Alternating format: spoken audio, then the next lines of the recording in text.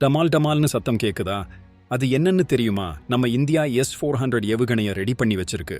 பஹல்காமில் நடந்த பயங்கரவாத தாக்குதலுக்கு பழிவாங்க இந்திய ராணுவம் பாகிஸ்தான்ல 9 பயங்கரவாத முகாம்களை டார்கெட் பண்ணி தாக்குதல் நடத்தியிருக்கு. ஆபரேஷன் சிந்தூர்னு பேரு வச்சு நடந்த இந்த தாக்குதல்ல பாகிஸ்தானோட போர் விமானம் ஒன்னு சுட்டு வீழ்த்தப்பட்டிருக்கு.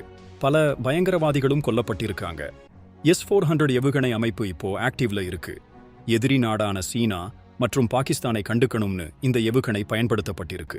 40 கிலோமீட்டர்லிருந்து 400 கிலோமீட்டர் வரைக்கும் எதிரி நாடான சீனா மற்றும் பாகிஸ்தானை டார்கெட் பண்ணி தாக்கும் S-400 ஏவுகணை அமைப்பு.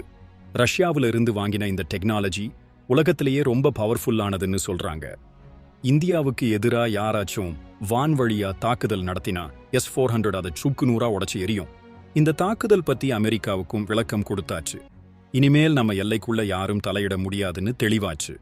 இந்தியா வல்லரசாக உருவெடுக்கிற பாதையில இது ஒரு முக்கியமான படி.